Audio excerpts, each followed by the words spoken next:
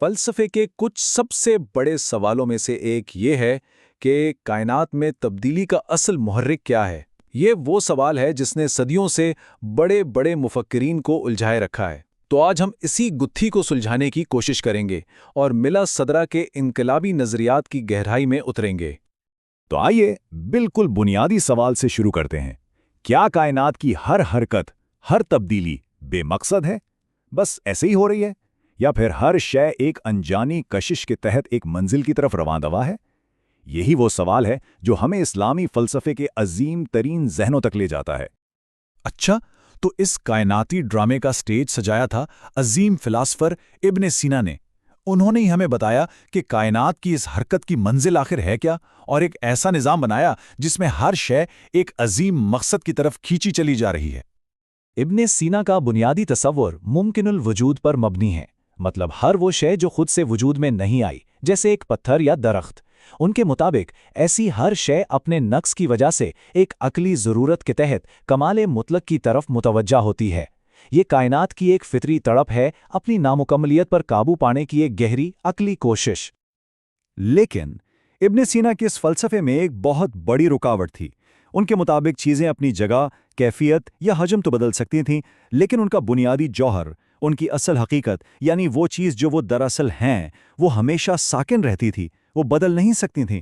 مطلب ایک کیڑا ساری زندگی رینگ تو سکتا ہے، پر تتلی کبھی نہیں بن سکتا۔ اس کا کیڑا پن اٹل ہے۔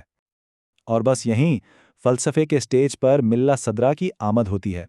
انہوں نے وہ گمشدہ کڑی فراہم کی جو ابن سینا کے نظام میں نہیں تھی، اور کائنات کو حقیقی تبدیلی کی وہ اجازت دی جس کی وہ صدیوں سے منتظر تھی۔ ملا صدرہ کا یہ قول سمجھیں کہ ان کے پورے فلسفے کی روح ہے۔ ان کے نزدیک وجود کوئی ٹھہری ہوئی منزل نہیں ہے، بلکہ یہ ایک مسلسل سفر ہے، ایک دائمی عمل جس میں ہر شے لمحہ بلمحہ بن رہی ہے۔ تو ملا صدرہ کا حل کیا تھا؟ انہوں نے کہا کہ تبدیلی حقیقت کی گہرائی میں یعنی جوہر میں واقع ہوتی ہے۔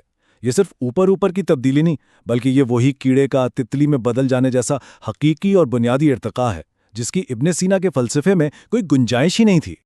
تو سوال یہ اٹھتا ہے کہ یہ جوہری تبدیلی ہوتی کیسے ہے؟ ملا صدرہ کے مطابق وجود ایک ہی حقیقت ہے، لیکن اس کی شدت میں فرق ہے، بالکل ایک ڈمر سوئچ کی طرح جس پر روشنی کم یا زیادہ ہوتی ہے۔ ہر شے وجود کے اسی سپیکٹرم پر موجود ہے، اور وہ مسلسل زیادہ یا کم شدید بننے کی صلاحیت رکھتی ہے۔ تو اگر کائنات ایک مسلسل سفر میں ہے، تو اس سفر کا انجن کیا ہے؟ اس حرکت کا ایندھن کہاں سے آتا ہے؟ اور ہم اس سفر میں اپنی منزل سے دوری کو ناپ کیسے سکتے ہیں؟ ملا صدرہ کے نزدیک یہ کائناتی جدوجہد صرف ایک ٹھنڈی عقلی ضرورت نہیں تھی جیسا ابن سینا نے کہا، بلکہ اس کے پیچھے ایک گہری فطری محبت، ایک وجودی عشق کار فرما ہے جو ہر شے کو اپنے مبدا، اپنے سرچشمے کی طرف کھینچتا ہے۔ اور اس سفر کو ناپنے کا پیمانہ صدرہ کو ملا فلسفی سہروردی کے اشراقی فلسفے میں۔ سہروردی نے حقیقت کو نور قرار دیا اور کہا کہ تمام موجودات اسی ایک نور الانوار یعنی روشنیوں کی روشنی کی مختلف شدتیں ہیں۔ تاریکی کا اپنا کوئی وجود نہیں، وہ محض نور سے دوری کا نام ہے۔ تو یہاں آ کر پوری تصویر واضح ہو جاتی ہے۔ ملا صدرہ نے ان عظیم مفکرین کے نظریات کو ملا کر ایک مکمل نظام بنا دیا۔ ابن سینا نے ہمیں منزل بتائی، ہمارا جی پی ایس سیٹ کیا۔ سہروردی نے ہمیں فاصلہ ناپنے کا پیمانہ دیا کہ ہم منزل سے کتنے دور ہیں، اور ملا صدرہ نے وہ انجن فراہم کیا جو اس سفر کو ممکن بناتا ہے، اور وہ انجن ہے عشق۔ اس عظیم امتزاج سے حقیقت کا ایک واضح درجہ بندی کا نظام ابھرتا ہے، ایک ایسی کائناتی سیڑھی جس میں ہر شے روشنی اور تاریکی کے اسپیکٹرم پر اپنی اپنی جگہ پاتی ہے۔ اس سیڑھی کے سب سے نچلے پائیدان پر ہے مادہ، یعنی خالص صلاحیت اور نور سے انتہائی دوری کی حالت، اور سب سے اوپر ہے نور الانوار یعنی واجب الوجود۔ فرشتے اس نور کے بہت قریب ہیں، جبکہ انسان ان دونوں کے درمیان انتخاب کے مقام پر کھڑا ہے۔ اب اس عظیم کائناتی نقشے میں انسان کے منفرد اور مرکزی کردار کو دیکھتے ہیں، کیونکہ اصل کہانی یہی ہے۔